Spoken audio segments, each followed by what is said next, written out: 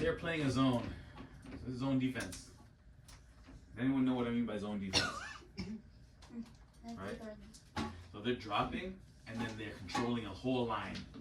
However, wherever that line, they put that line. Sometimes they put the line high, sometimes they put the line low. But they're dropping, they're putting a line, and they're not pressing you. They're just waiting for you to bring them the ball. Right? And those are the times where you're just passing to them. A lot of it's on the inbound. You guys are inbounding, and they got a zone line, and then you're just passing into the zone. Because these guys here are behind. Can I see that? Right? So what you need is the Brazilians, the first thing they teach their kids is the response to the zone. Right? In outdoor, it's the same thing. In outdoor, generally speaking, you only have 1, 2, or 3 players pressing the ball. Right? And then the only time they have a 4th player involved in outdoor is like a little zone box on the edge. Right? There's 2 lines of 4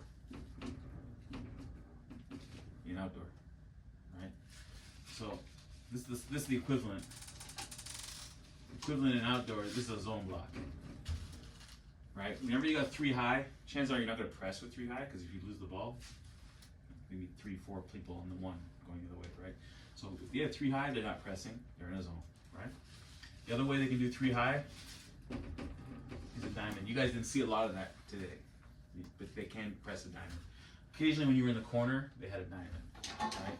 And Mark's telling you form a triangle, right? When you see a diamond, you form a triangle around this player here, because you outnumber this player everywhere. Right? It doesn't matter what these guys are doing. You just outnumber this player that you play through. Right? So whenever you feel that one player leaves out of the zone, then what you're looking to do is surround that player. So a couple concepts. Control. So we have inbound or whatever it is. You see the 3 high zone. I'm going to do a team called Plymouth. So Plymouth 3 high zone looks like that. You can do it different ways, but it looks like that. And we're behind here. So what you end up doing, and maybe the player here, going there.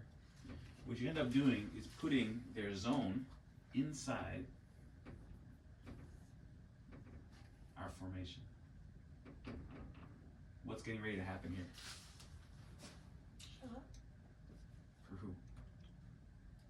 Our team. She says a shot for our team.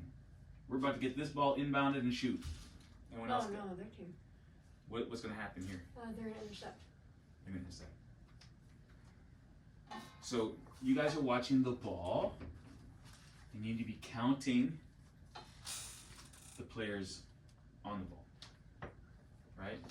It's the same concept. When you're attacking, you're looking at the ball, and what you need to be figuring out is you look at your position. And what you really need to be figuring out is, what's my role, my responsibility, right? There's a certain number of people who are just responsible for taking care of the ball. And then there's another group of people that are responsible for playing on or off the ball. And then there's 2 other people who are taking up shape, ready to run into space or ready to defend. So it's not about positions. This could be anybody. How you have to see the game is 4-3-3, 4-2-3-1, whatever it is first. First you have to see who's on the ball, who's supporting the ball, and who's giving us structure. There are no more formations in football. So it's a completely different mindset. In order to do that, you have to be able to read the defense. 3 high, in a line, block. We need what the Brazilians call control. You can't move here and put their entire block inside our formation. So you move here. And now, this player gets ready, is responsible for the counterattack. These 2 players are responsible for the ball. She also supports. These 2 players give us space, width, and structure. On the ball, off the ball, structure. That's the basic setup. So in every situation has an on the ball, off the ball, structure decision. Not 4-2-3-1, not 4-3-3, like not a position. You guys are taking up positions, and the structure says they're inside our formation. So our structure needs to be, this player defends, takes their zone player out of the game. And now we control all this space in here. Because if she intercepts, she's going to press from behind, and we're going to press from the front. We'll be in trouble. So 3-4 goals, we're just that. This player goes behind, this player panics, passes the ball to the other team. Right? So the other thing is you have to map is your feelings. If you feel like you're going to panic, the one thing when you feel panic, do nothing. Do not pass the ball. Step on it, get into a duel, kick the ball out of bounds. When you feel panic, you cannot let the other team intercept the ball. Panic means protect. When you feel panic and you step on the ball, what does everyone else do? Or try to go for it. We go to the ball. She steps on the ball, that means 911. Cover, help. According to the circles. The on the ball people go help on the ball. The off the ball people support off the ball. These other people tuck in. Press. And that's how you know what's going on. So we have to have a feeling of panic. Panic means step on the ball. Step on the ball means go help. Right? So we use lights later to show you how to do this. Red light. Panic is red light. In a red light formation, doesn't matter what happens. We're not trying to score. We're not trying to pass. Don't lose. Don't pass the ball to the other team. The team that intercepts the ball clean, the team that gets the other team to pass the ball to them, it's called like a recovery. The team that gets the most recoveries generally wins. Most blocks and most recoveries.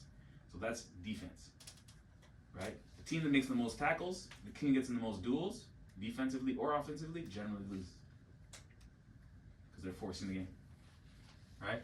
So this is called the pivot. She plays in front of the last defender in Brazilian football. Every Brazilian kid knows this from 6-7 years old. That's the pivot.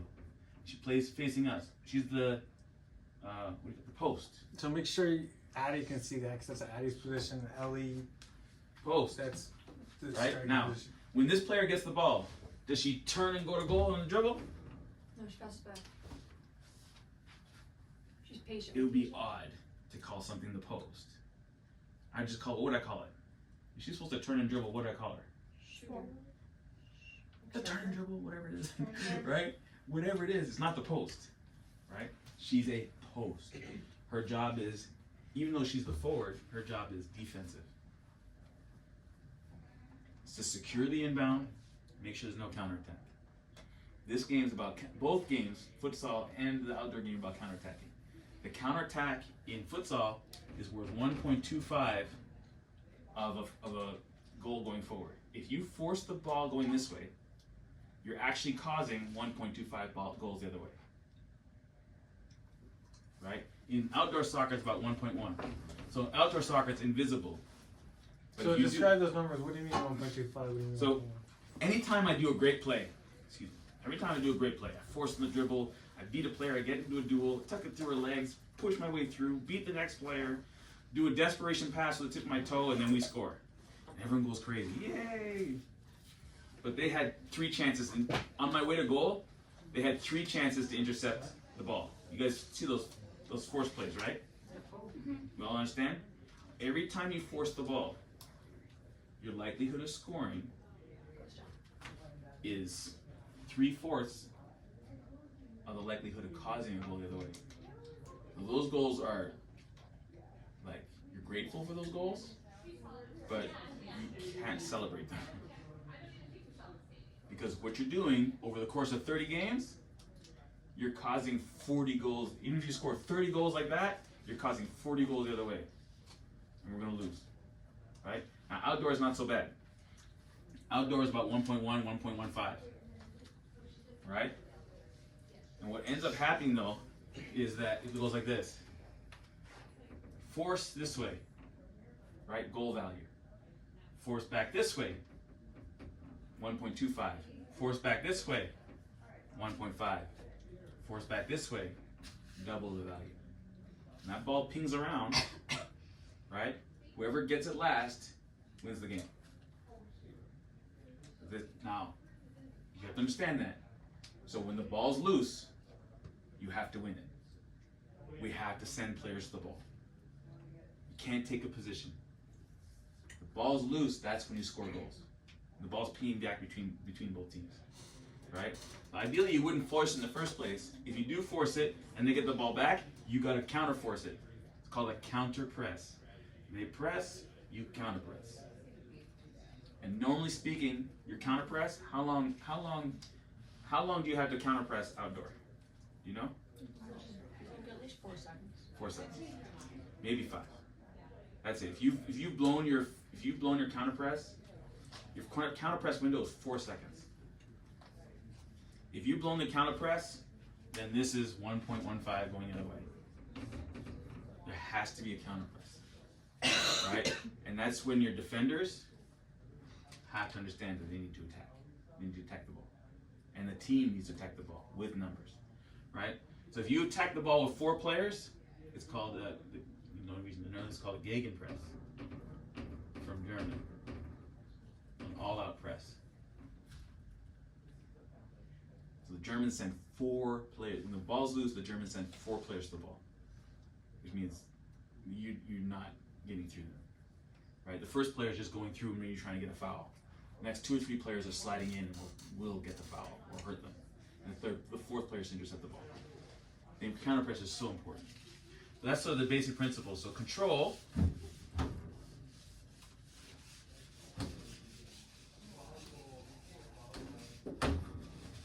is the one thing that we don't have. 1, 2, 3. Control, the post. So if they've got 3 high zone, put the post in. You understand? Right? If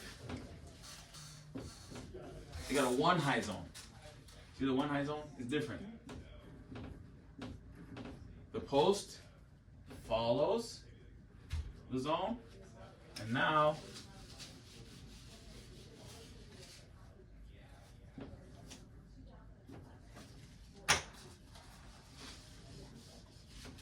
you create a triangle around it. That's it. Like that's control. 3-1. Right? So 3, 1, 2, 3. There 3, 1. It's called 3-1. With a post. Now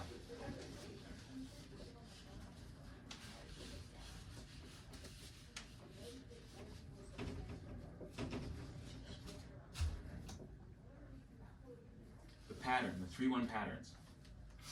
If the ball's here, ball gets moved there. This is called the third man. Terceiro. She runs. Ball goes in the middle in the third man, in the 3-1. Ball's in the middle, ball goes wide, blindside runs. You guys are here, she's running. So we're losing cover. And we're not getting rotation back. Between her running and the rotation, you're creating a gap. Pass, run, post. Pass, run, post, right? If the post doesn't get the ball right away, rotate, rotate. The post becomes the outside winger. The winger who made the blindside run goes into the post. That's what we're going to do for the next 40 minutes. The 3-1, right? There's some progressions from there, but that's the basics. It. Play the post.